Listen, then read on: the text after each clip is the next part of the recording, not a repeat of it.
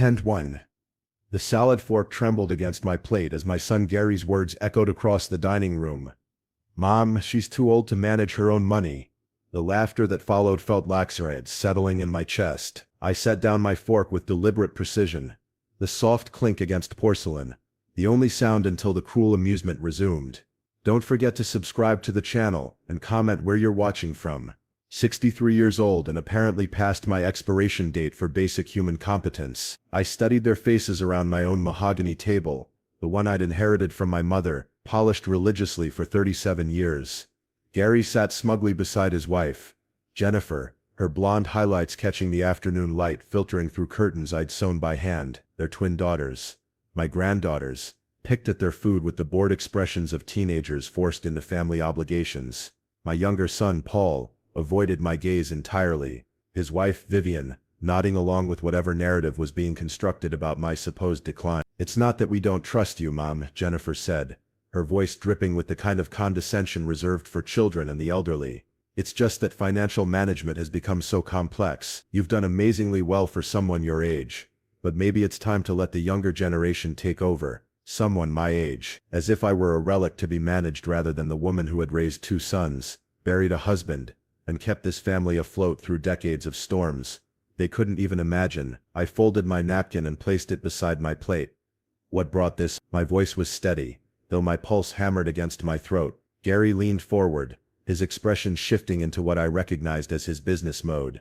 The same look he'd worn when he'd asked me to co-sign his latest failed restaurant venture 18 months ago. Well, we've been thinking about your future, about what happens when you can't live alone anymore, about long-term care costs, about making sure your money is protected. Protected? From whom?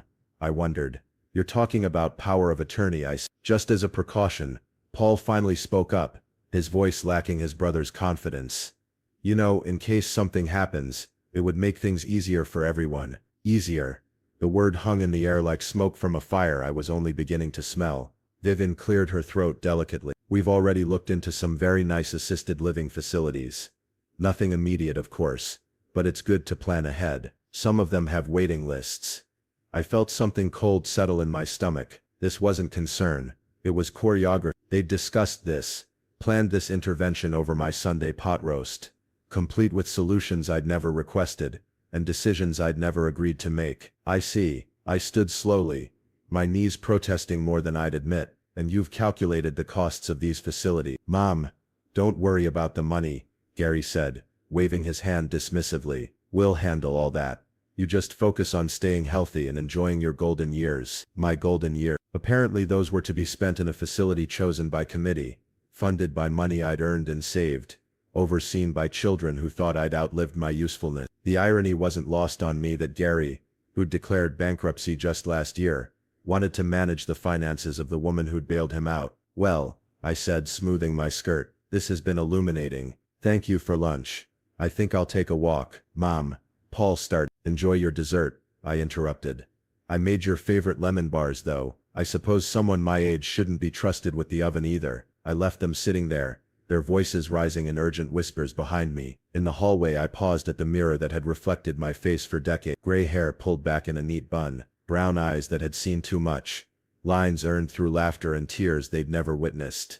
I looked like someone's grandmother, someone's aging mother. What they couldn't see was the woman underneath, the one who'd turned a $5,000 inheritance into a portfolio worth more than their combined annual salaries, who'd bought and sold 3 properties in the past decade, who'd been managing money since before they were born. I walked to my bedroom and pulled out the file folder I kept in my dresser's locked drawer. Inside were documents they'd never seen, property deeds, investment statements, bank records. The house they were eating in, the one they assumed would be their inheritance, had been sold 2 weeks ago for exactly double what I'd paid for it in 9. The buyers were motivated, cash, and had waived the inspection. Sometimes the market smiles on those patient enough to wait. My phone buzzed. A text from my realtor. Congratulations. The seaside house is officially yours. Keys available Monday. Welcome to your new life. I smiled, really smiled. For the first time in hours, the coastal cottage I'd bought was modest, but mine with a garden facing the ocean and enough space for the life I'd been planning while they'd been planning mine. I'd paid cash as I always did from accounts they didn't know existed. From the dining room, I could hear Jennifer's voice rising. She's being unreasonable. We're only trying to help. Help.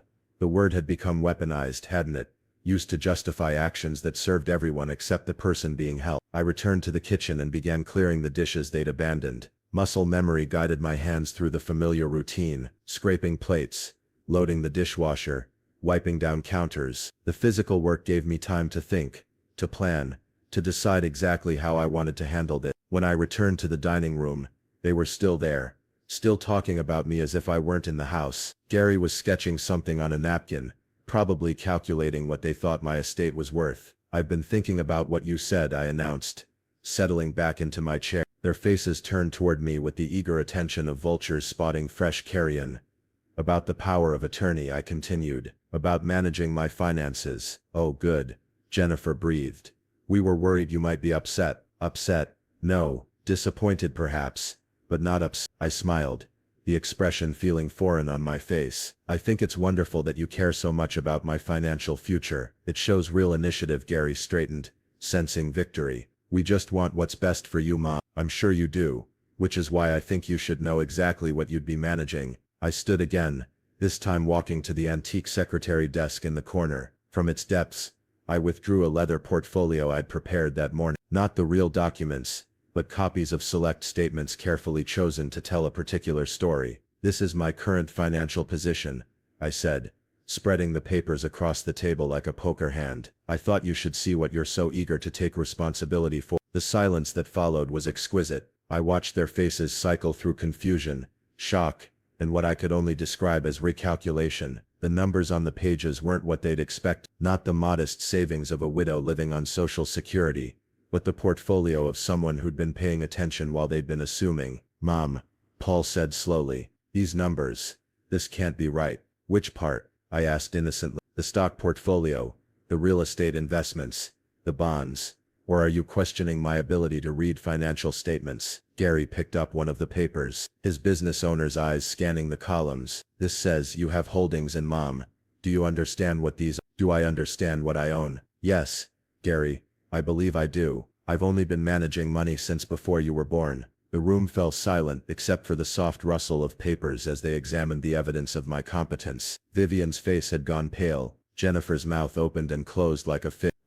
But you never said anything," Paul stammered. "About what?" "About being capable, about being intelligent, about being exactly who I've always been." I began gathering the papers, enjoying the way they watched each document disappear. "Did you think I became incompetent the moment I turned?" "That's not what we meant," Gary said weakly. "Wasn't it?" I tucked the portfolio under my arm. "Then perhaps you can explain exactly what you did mean when you said I was too old to manage my own money." The laughter that had filled the room an hour ago seemed like a memory from another lifetime. Now there was only the sound of my grandfather clock ticking in the hallway, measuring out the moments of their recognition. We were worried about you," Jennifer said, her voice small. "Were you, or were you worried about yourself?" I let the question hang in the air like incense, thick and unavoidable, about what would happen to an inheritance you'd already spent in your minds. Nobody answered.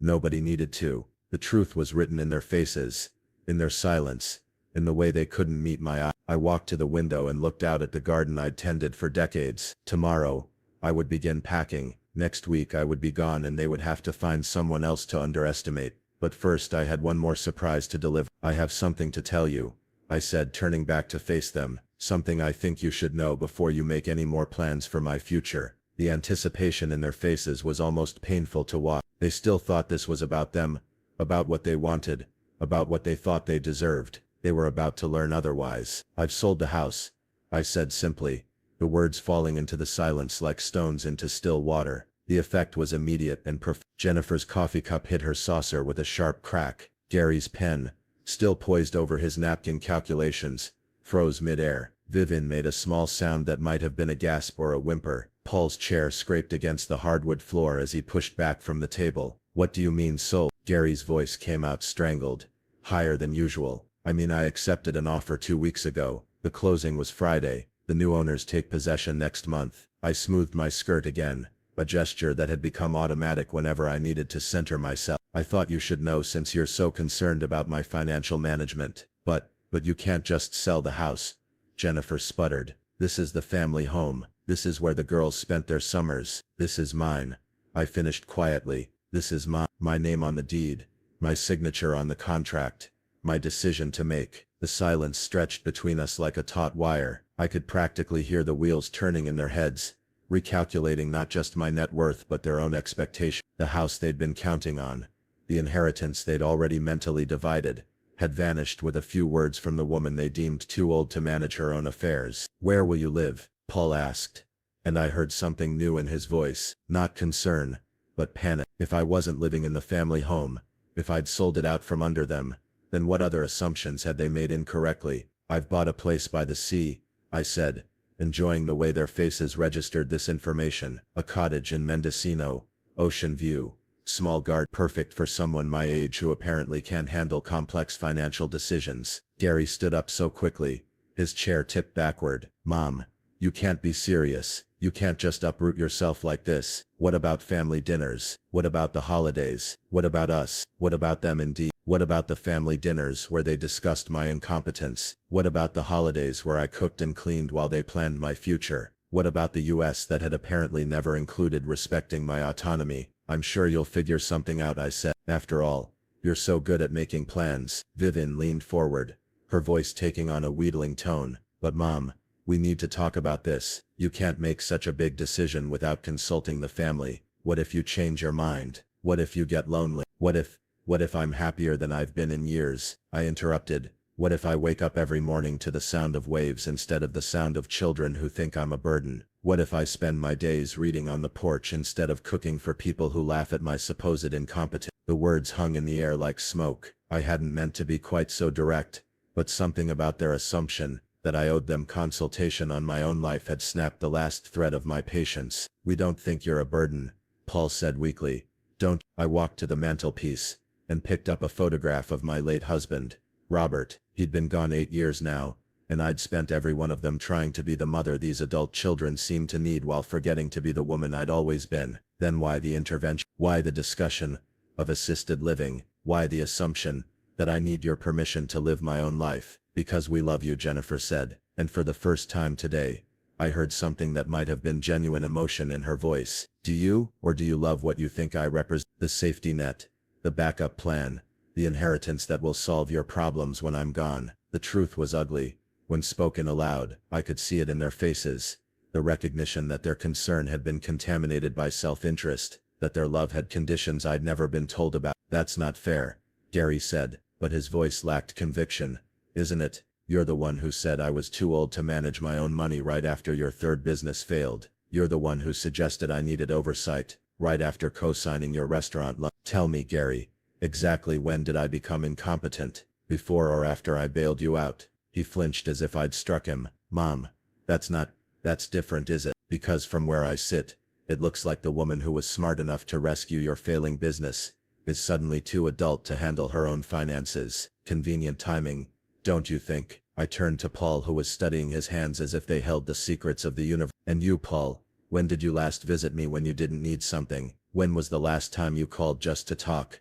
Not to ask about babysitting the girls, or borrowing the car, or using the house for your anniversary party?" He stammered. You forgot I was a person with feelings and needs and wants of my own. You forgot I wasn't just a resource to be managed." The room felt smaller somehow, as if the walls were closing in around us. My granddaughters had long since disappeared, probably to their phones or their rooms, leaving the adults to their uncomfortable reckoning. "So, what happens now?" Vivian asked. "Are you just going to disappear? Are you going to cut us out of your life completely?" The question was fair, and I considered it carefully. Was I? Could I? "I don't know," I said honestly. "I know I'm tired of being treated like a child. I know I'm tired of being discussed like a problem to be solved. I know I'm tired of cooking dinner for people who think I'm losing my mind." "We never said you were losing your mind," Gary protested. "You didn't have to say it. It was in every concerned look, every simplified explanation, every decision you made about my life without asking me first." I walked back to the window,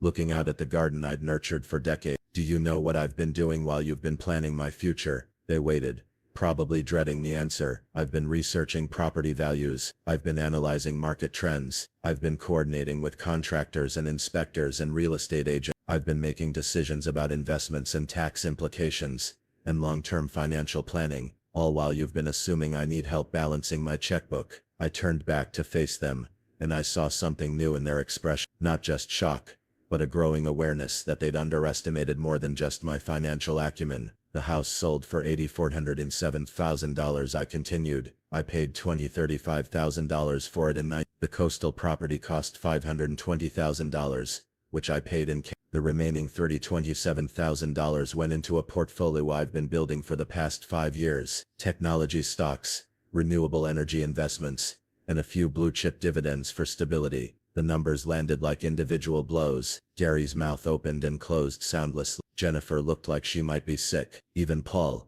who'd always been the quieter of my sons, seemed stunned by the scope of what I'd accomplished while they'd been assuming I needed their guidance. But when did you? Vivian's voice trailed off. How did I learn about invest? When did I become financially literate? Oh my dear, I've been managing money since before you were born. I was the one who balanced the household budget while Robert built his carpentry business. I was the one who negotiated with banks and insurance companies and tax preparer. I was the one who made sure there was money for college tuition and wedding costs and down payments on your first homes. I walked to the dining room table and began stacking the plates they'd abandoned. But somewhere along the way, you decided that because I was getting older, I was getting less capable. You decided that because I was widowed, I was helpless. You decided that because I didn't brag about my financial success, I didn't have any. Mom, we're sorry, Paul said, and I heard something genuine in his voice. We didn't mean to make you feel diminished, dismissed, disrespected.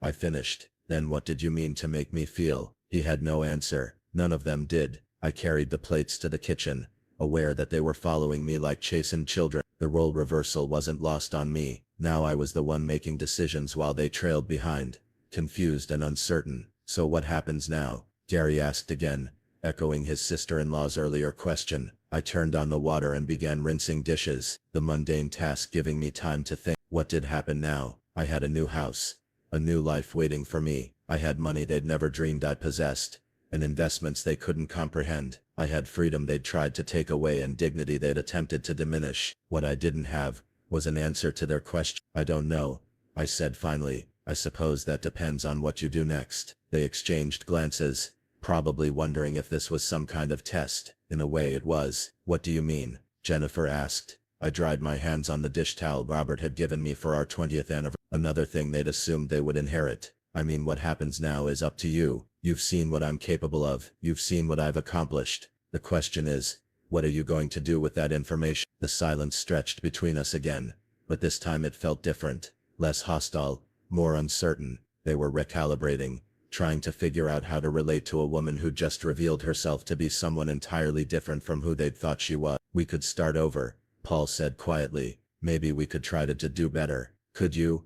I asked. Could you really see me as someone other than your aging mother who needs management? Could you accept that I might know things you don't? That I might be capable of things you can't imagine? The question hung in the air like a challenge, and in their faces, I saw the beginning of something that might have been understanding, or it might have been fear. 3 weeks passed before any of them called. I spent those weeks in a strange state of suspended animation, packing boxes, in a house that no longer felt like home. Each item I wrapped in tissue paper carried memories, some sweet, some bitter, all complicated. The china cabinet Robert had built by hand would go to storage. The new cottage had no room for such grand pieces. The family photos would come with me, though I found myself studying them with new eyes, looking for signs of the disrespect I'd been blind to for so long. The silence from my children was deafening. No calls to check on my packing, no offers to help with the move, no attempts to bridge the chasm that had opened between us. Part of me had hoped they might surprise me, might prove that underneath their assumptions lay genuine concern. Instead,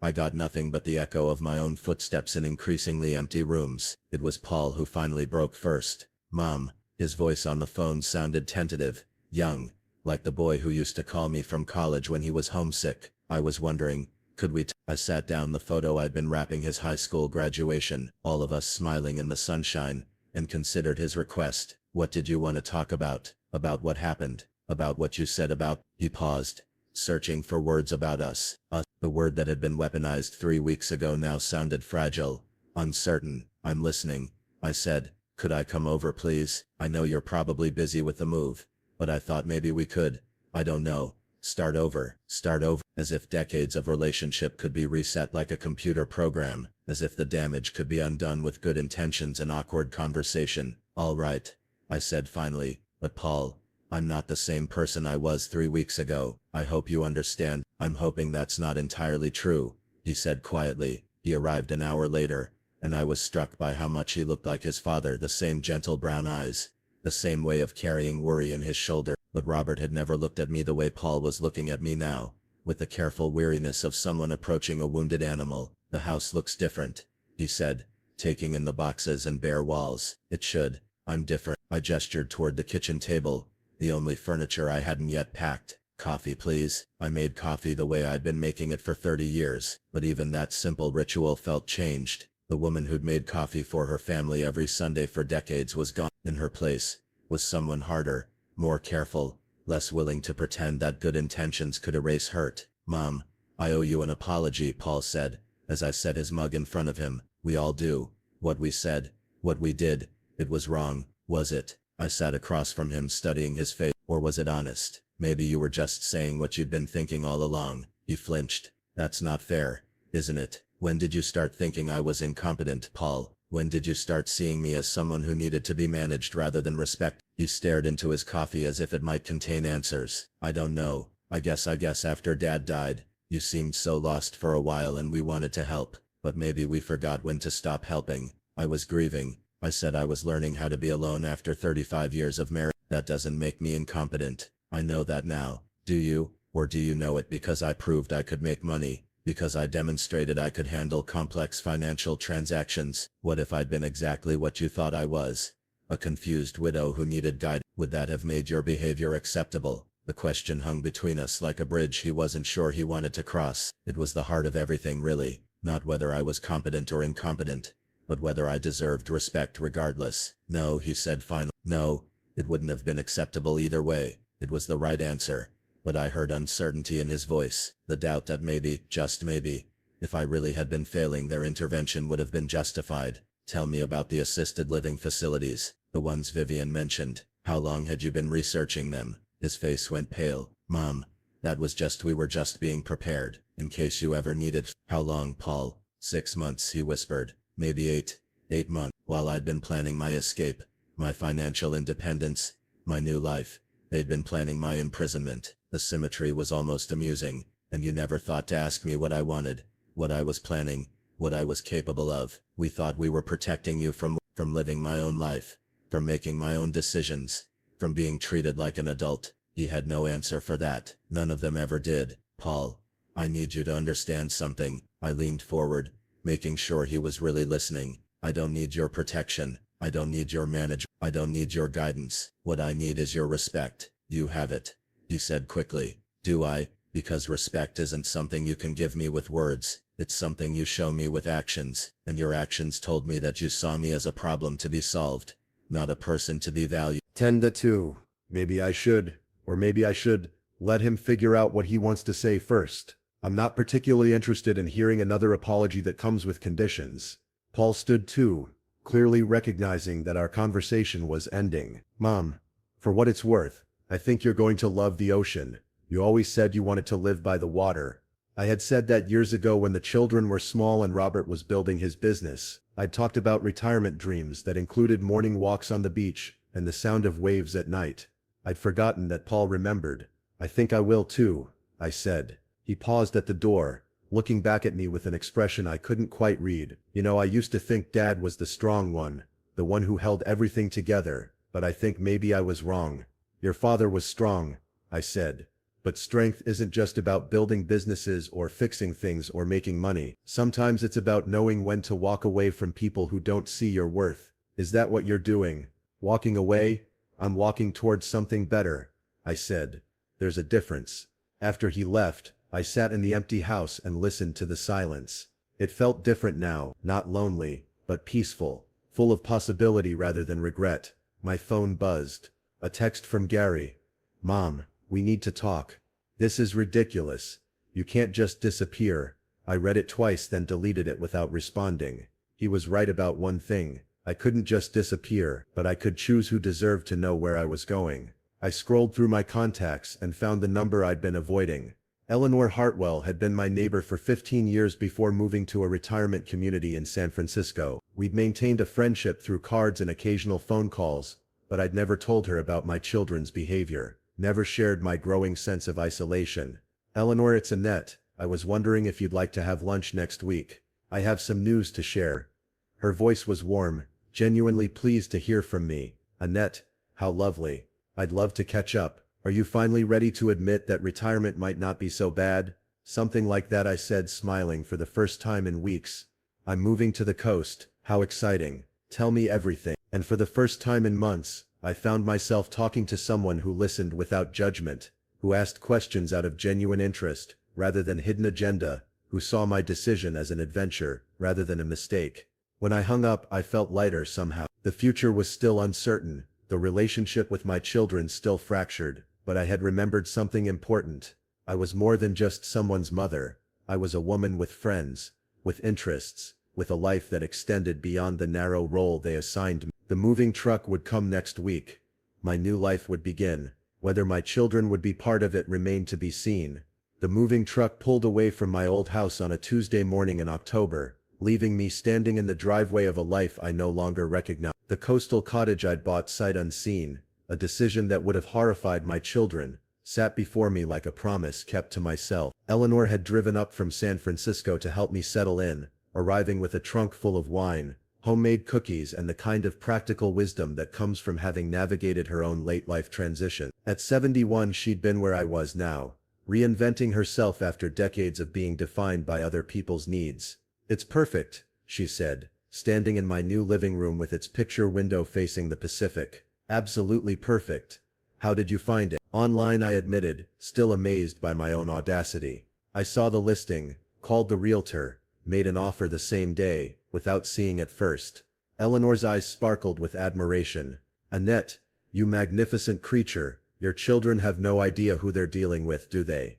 They did. That had become increasingly clear over the past month as my phone filled with voicemails that swung between contrition and indignation. Gary had left 17 messages, each one revealing more about his character than he probably intended. Mom, this is getting out of hand. We need to discuss your situation. I talked to the realtor. You can't have gotten fair market value selling that fast. You're being taken advantage of. Jennifer's been crying for weeks. The girls keep asking where Grandma went. This is affecting the whole family. I've been doing some research on coastal property values. I think you should consider selling and moving back. I could help you find something more suitable. Each message was a masterpiece of missing the point. He still thought this was about real estate, about money, about decisions that could be reversed with enough analysis and intervention. He still didn't understand that this was about dignity, about respect, about the fundamental right to be seen as a competent human being. I played them for Eleanor while we unpacked boxes in my new kitchen. Good Lord, she said, after the 7th message. Does he think you're having some sort of breakdown? I think he thinks I'm having a breakdown that conveniently coincides with financial decisions he doesn't approve of, I said, wrapping my good china in tissue paper. He can't conceive that I might know what I'm doing. And the other one, Paul. Paul is trying. He came to see me before I moved. He's been texting, asking how I'm settling in. Nothing invasive, just checking in. Eleanor nodded approvingly. There's hope for that one then. Maybe we'll see. I paused in my unpacking, looking out at the ocean that stretched endlessly beyond my new backyard. Eleanor, can I ask you something? Of course. When you moved to the retirement community, did your children try to stop you? Eleanor's laugh was bitter. Oh my dear, my children were the ones who pressured me to move there in the first place. Too old to live alone, they said. Too isolated. Too set in my way. It took me 2 years to realize that just because they wanted me somewhere appropriate didn't mean I had to stay there. You left. I moved to a lovely apartment in the Mission District. Much to their horror. Apparently 70-year-old women aren't supposed to enjoy urban living, ethnic food and late-night jazz clubs. Eleanor smiled wickedly. I've been disappointing them thoroughly ever since. Her words settled something in my chest that I hadn't realized was still unsettled. The fear that maybe I was being reckless. Maybe I was making a mistake. Maybe my children's concerns had some validity after all. The hardest part, Eleanor continued, is accepting that they might never see you as anything other than their aging mother. They love you, but it's a very specific, very limited kind of love. Paul might be different. He might be, but Annette, you can't rebuild a relationship with someone based on what they might become. You can only work with who they are right now, who they were right now. Paul was trying, genuinely trying, but still struggled to see me as anything other than his mother, who needed gentle handling. Gary was angry, entitled, convinced that my decisions were somehow being made to hurt him personally. Vivian and Jennifer remained silent, probably strategizing their next approach. My phone rang, interrupting my thoughts. Gary again. Aren't you going to answer it? Eleanor asked. I'm not ready, I said. I'm still too angry.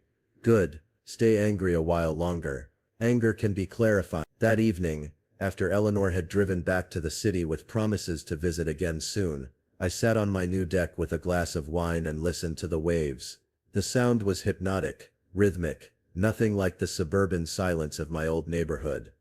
The ocean provided a constant backdrop of white noise that somehow made everything else seem quieter. My laptop sat open beside me, displaying my investment portfolio. The numbers were even better than I'd hoped. The tech stocks had surged, the renewable energy investments were paying steady dividends, and the cash from the house sale was earning interest in a high-yield account I'd researched for weeks before opening. I'd done well, better than well. While my children had been assuming I needed their financial guidance, I'd built a portfolio that could support me comfortably for the rest of my life. The irony wasn't lost on me. My phone buzzed with a text from Paul. Hope you're settling in well. The ocean sounds peaceful. I stared at the message for a long moment before responding. It is. Thank you for asking. 3 dots appeared, then disappeared, then appeared again. Finally, I missed talking to you. The admission hit me harder than I'd expected. I missed talking to him too. Missed the son who used to call me just to share something funny he'd heard. Who asked for my opinion not because he thought I needed managing, but because he valued my perspective. I missed that too. I typed back, could I visit sometime just to see your new place? I looked out at the ocean at the horizon, that seemed to stretch into infinity. Yes, I typed. But Paul, come alone and come as my son, not as someone checking up on me. I understand. I love you, Mom. I love you too. It was a small step, but it felt significant. One relationship at least might be salvageable. The next morning brought a surprise visitor. I was in my garden trying to coax some late-season herbs back to life, when I heard a car in the drive. Through the front gate I could see a young woman with familiar dark hair, and Robert's stubborn chin. My granddaughter, Emma, Gary's eldest daughter, stood uncertainly by her car, looking like she was gathering courage. Grandpa, she called out. Can I come? Emma was 23, fresh out of college, working her first real job in marketing for a tech startup. I hadn't seen her since the disastrous family lunch 6 weeks ago, when she disappeared upstairs with her sister rather than witness the adults' uncomfortable confrontation. Of course, I said, opening the gate. This is a surprise. She looked around the cottage with obvious appreciation. Grandpa, this place is amazing. It's like something from a movie. Thank you. Would you like some coffee? I was just about to make some. Please. We sat at my new kitchen table, smaller than the old one, sized for a life that didn't require seating for 8. Emma wrapped her hands around her mug and studied me with an intensity that reminded me of her grandfather. I wanted to apologize, she said finally, for what happened at lunch, for not saying anything when Dad was being when he said those things. You're not responsible for your father's behavior. Maybe not, but I'm responsible for my own. And I just sat there while he talked about you like you weren't even. Emma's voice was fierce with indignation. It was horrible, Grandma, and then when you told us about the house, about your investments.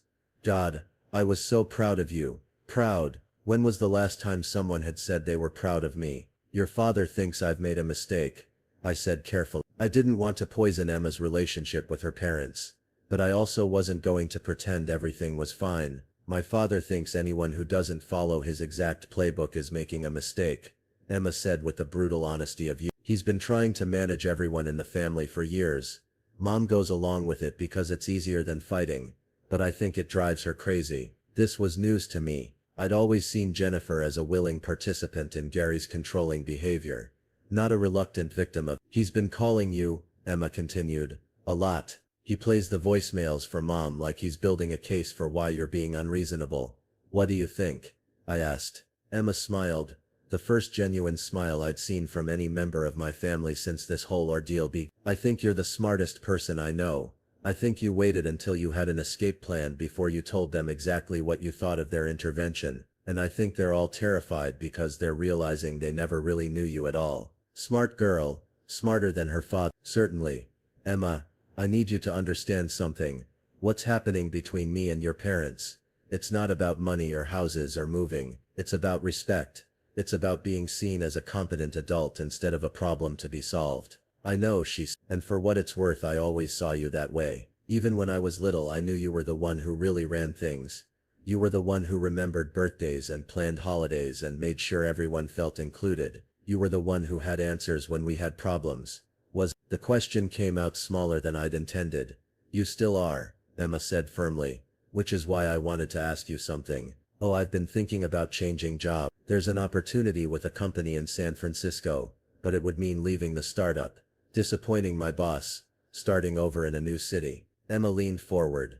What would you do? She was asking for my advice, not my approval, not my permission, but my genuine opinion based on my experience and wisdom. When was the last time anyone in my family had done that? Tell me about the opportunity, I said, as Emma talked about her career goals, her financial concerns, her fears about making the wrong choice. I felt something shift inside me. This was what I'd been missing, being valued for my perspective, respected for my judgment, treated as someone whose opinion mattered. I think you should take the job, I said, when she finished. I think you should take every opportunity that excites you, even if it scares other people.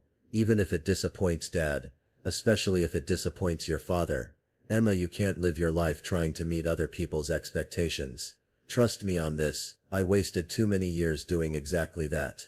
She nodded, her face determined. Will you still be my grandmother, even if things don't get better with Dad? The question broke my heart a little. Oh sweetheart, I will always be your grandmother.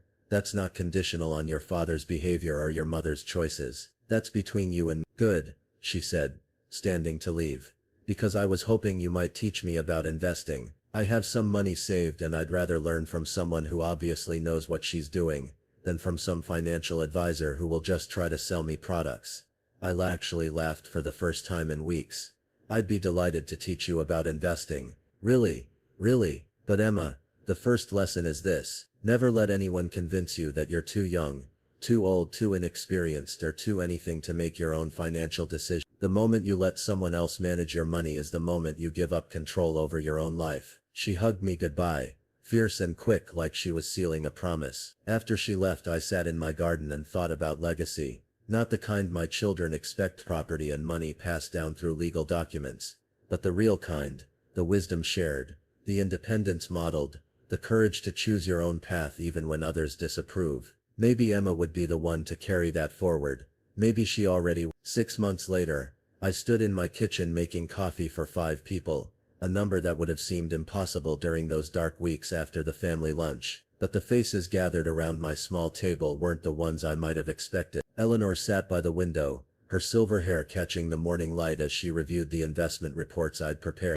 Emma was curled in the corner chair, laptop open, working on a presentation for her new job in San Francisco. Paul occupied the seat closest to the door, still uncertain of his welcome, but present, and beside him sat Dr. Patricia White, my newest neighbor and unexpected friend, a retired economics professor who'd moved to the cottage next door 3 months ago. The renewable energy sector is performing even better than we projected, I said, setting down the coffee pot. Emma, your portfolio is up 12% since we started. 12% in 4 months, Emma marveled. Dad's financial advisor has never gotten him returns like that. Your father's financial advisor sells products, Eleanor said dryly. Annette researches investments. There's a difference. It had taken Emma exactly 2 sessions to grasp concepts that had taken me years to master. She approached investing with the same fearless intelligence she brought to everything else, asking questions that cut straight to the heart of complex issues. Watching her confidence grow had been one of the unexpected joys of my new life. Speaking of your father, Paul said carefully, he's been asking about you again. The room went quiet. Gary had become the elephant in every conversation, present in his absence, impossible to ignore entirely. His calls had stopped after I'd finally answered one and told him calmly that until he could acknowledge what he'd actually done wrong, we had nothing to discuss. The silence that followed had lasted 3 months. What does he want to know? Whether you're planning to come to Christmas dinner. Christmas, the holiday I'd hosted for 27 years, cooking for days, cleaning for weeks, orchestrating a celebration that brought the family together while I remained largely invisible in the kitchen. The tradition they'd assumed would continue regardless of how they treated me. Where is Christmas dinner being held? Patricia asked. Her directness was refreshing. A side effect of spending 40 years dealing with academic politics, she claimed. Jennifer's. Paul said she's been nervous about it. She keeps asking me what mom used to do, how she made everything work so smoothly. Ah, Eleanor said with satisfaction.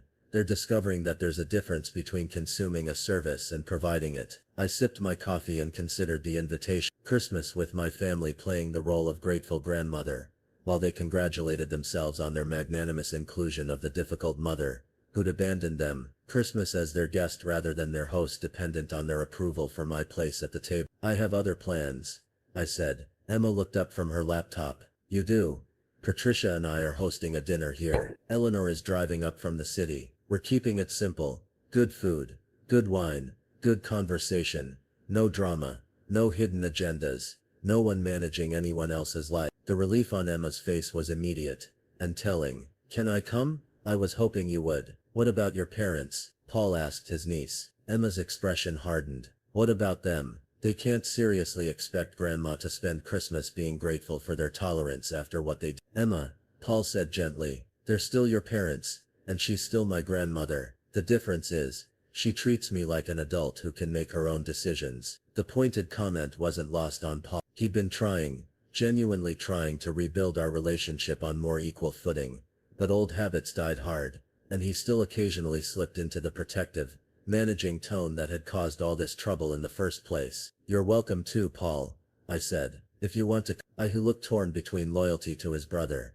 and the growing understanding of what he'd helped destroy. I don't know if I can. Gary would never forgive me. Gary hasn't forgiven me for being competent, I pointed out. His forgiveness seems to be a limited resource. Patricia leaned forward, her professor instincts engaged. May I ask what you're hoping to achieve by maintaining this estrangement? It was the question everyone danced around, the one I'd been asking myself for months. What was I hoping to achieve? I'm hoping to live the rest of my life being treated with dignity, I said. I'm hoping to have relationships based on mutual respect rather than assumed obligation. I'm hoping to never again sit at a table where people laugh about my incompetence, while planning my future without my consent. And if Gary never comes around, Eleanor asked, if he never acknowledges what he did wrong, then I'll have learned something valuable about the kind of person my son really is, I said, and I'll have saved myself years of pretending otherwise. The truth was stark when spoken aloud. For months I'd been waiting for Gary to surprise me, to show some glimmer of self-awareness or genuine remorse. Instead, he doubled down on his position, convinced that I was the unreasonable one. That time would eventually force me to acknowledge my mistake and return to the family fold on his terms. He misses you, Paul said quietly. I know it doesn't seem like it, but he does. He keeps asking Jennifer why the house feels so empty during family dinners. Empty. The word struck me as both pathetic and revealing. Paul, I want you to think about something. When you miss me, what exactly do you miss? He was quiet for a long moment. I miss talking to you.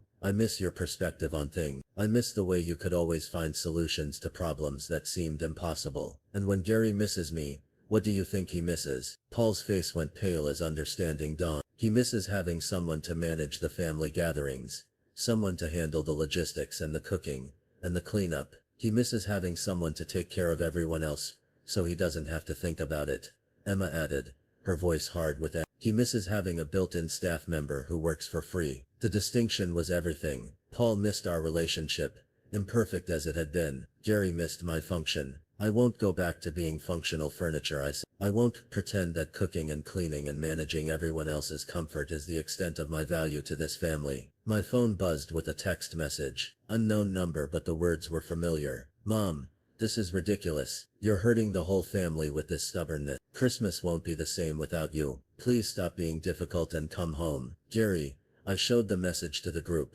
The silence that followed was eloquent. Stop being difficult, Patricia read aloud. Fascinating choice of words. Not I'm sorry or I was wrong or I miss you. Just a demand that you cease causing inconvenience. And notice that I'm supposed to come home, I added, as if this place, this life I've built is just a temporary tantrum, rather than a deliberate choice. Emma took the phone and read the message again. God, he really doesn't get it, does he?